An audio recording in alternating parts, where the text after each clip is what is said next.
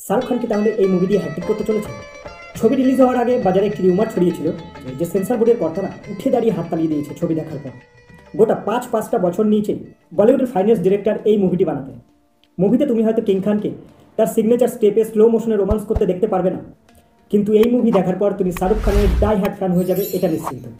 আর যে জিনিসটা শাহরুখ খানকে আরও জানতে তোমার মনে ইচ্ছা জাগাবে। কিন্তু এখন আসি ডাঙ্কি রিভিউতে। ফার্স্ট, রাজকুমার হিরানি কথা দিয়েছিল যে তার প্রত্যেকটা সিনে থাকবে লাভ, ক্রাই আর ড্রামা।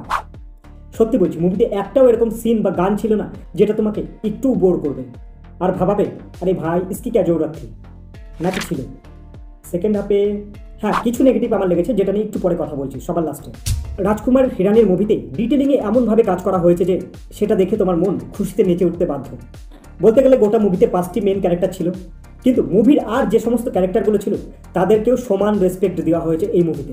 প্রথমে তো তাকে জুম ইন করা হয়েছে, সে কী কালারের শক্স পরেছে সেটা পর্যন্ত দেখানোর জন্য, তারপর জুম আউট করা হয়েছে, তারপর পুরো সেটআপ, পুরো মহল্লা। তুমি পৃথিবীর যে কোনো জায়গা থেকে যে কোনো অ্যাঙ্গেলে এই মুভিটা দেখো না কেন, তোমার মনে হবেই যে তুমি পাঞ্জাব কিংবা হরিয়ানায় বসে আছো। আর সেকেন্ড হাফে যে থ্রিলারের জায়গাটা বা জার্নিটা দেখানো হয়েছে ইন্ডিয়া টু লন্ডন, আন্ডার ওয়াটারের যে সিনটা, এমনই ফিল ছিল বস সিনটার মধ্যে। ডিরেক্টর তোমাকে ফিল করাবে যে এই এক্ষুনি গুলি লেগে গেল আর পুরা খেল খতম। কোশ্চেন নম্বর 2, শাহরুখ খানের বাকি সবার পারফরমেন্স কেমন ছিল? যেরকম মুন্না ভাইতে সার্কিট সবাইকে হাসিয়েছিল, এই মুভিতেও সেরকম বিক্রম কোচ্চার, যিনি বগ্গুর ক্যারেক্টার প্লে করেছেন, ভাই সাহেব বান্দে কি যে কমিক টাইমিং है ना वो टॉप क्लास की है। বিকি কৌশল, সুখী ভাই, এই লোকটার অ্যাক্টিং এতটাই হাউস জোসওয়ালা ছিল যে লোকটাকে যদি আর একটু স্ক্রিন টাইমিং দেওয়া হতো না, পুরো মুভি এর নামেই চলে যেত। আর যে কানেকশন আমার এই ক্যারেক্টার থেকে তৈরি হয়েছে, আমার মনে হয় না যে এর কোনো রিপ্লেসমেন্ট আছে। তাপসি পান্নু আর বোমান ইরানির ক্যারেক্টারটা যেভাবে লেখা হয়েছে সেটা মনে হয় আরেকটু মন ছুঁয়ে গেলে ভালো হতো, সেটা নিয়েও লাস্টে কথা বলছি। কিন্তু শাহরুখ খান অ্যাজ হার্ডি, ভাই একটাই তো দিল, কিতনে বার জিতোগে ইয়ার। আমার মনে হয় এসআরকে আগের 60 জন্মের কোটা এই বছর পূরণ করে দিয়েছে।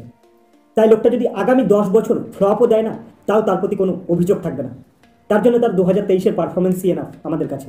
সত্যি তার গল্প বাছাই করার ধরন দেখে তাজ্জব হয়ে যেতে হয়, কারণ এই মুভিতে তার যে অ্যাক্টিং ছিল তার জন্য আর অন্য কোনো হিরোর এন্ট্রির প্রয়োজন ছিল না। না দরকার ছিল পেছনে আর 4 জন হিরোইনের ডান্স সাপোর্ট।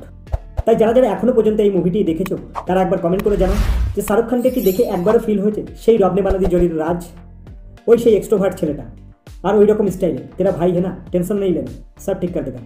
তাই সেকেন্ড হাফে যখনই মনে হবে যে গল্পটা একটু ডিপ করছে, ঠিক তখনই এই হার্ডি নামের ক্যারেক্টারই বাঁচাবে এই গল্পটাকে।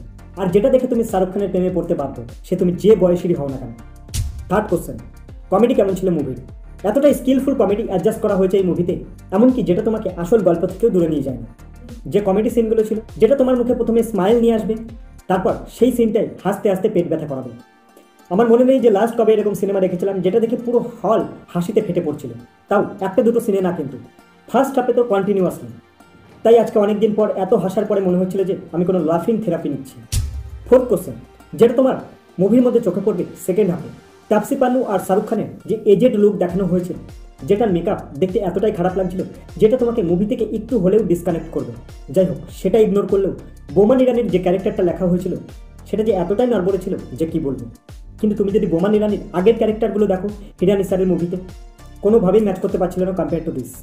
মুভির লাস্টের দিকে যে তাপসি পান্নু আর শাহরুখ খানের এজ লুকের রোমান্সগুলো দেখানো হয়েছে সেটা কিন্তু কোনোভাবেই মনকে নাড়ায় না। এছাড়া লাস্টে যে ডকুমেন্টারি স্টাইলে মুভি শেষ করা ব্যাপারটা, আরে কী হলো, মুভিতে চলছিল বেশ ভালোই লাগছিল, আমি আরও কিছুটা দেখতে চাই। হয় না, পেট ভরে গেছে কিন্তু মন ভরল না। যাই হোক, সব কিছু তো আর ভালো হয় না, এইটুকু অ্যাডজাস্টেবল শাহরুখ স্যারের জন্য। সবশেষে একটাই কথা বলবো যে এই বছর তুমি যদি মাস মশলা ফিল্ম দেখতে দেখতে বোর হয়ে যাও, এই মুভির কমেডি তোমাকে তার থেকে স্বস্তির নিঃশ্বাস দেবে। এটা রাজকুমার হিরানির নাম্বার 1 মুভি তো বলবো না, কারণ সামনে অনেক কিছু দেখার বাকি আছে, কিন্তু রাজকুমার হিরানির one of the best movie বলাই যায়। বাই।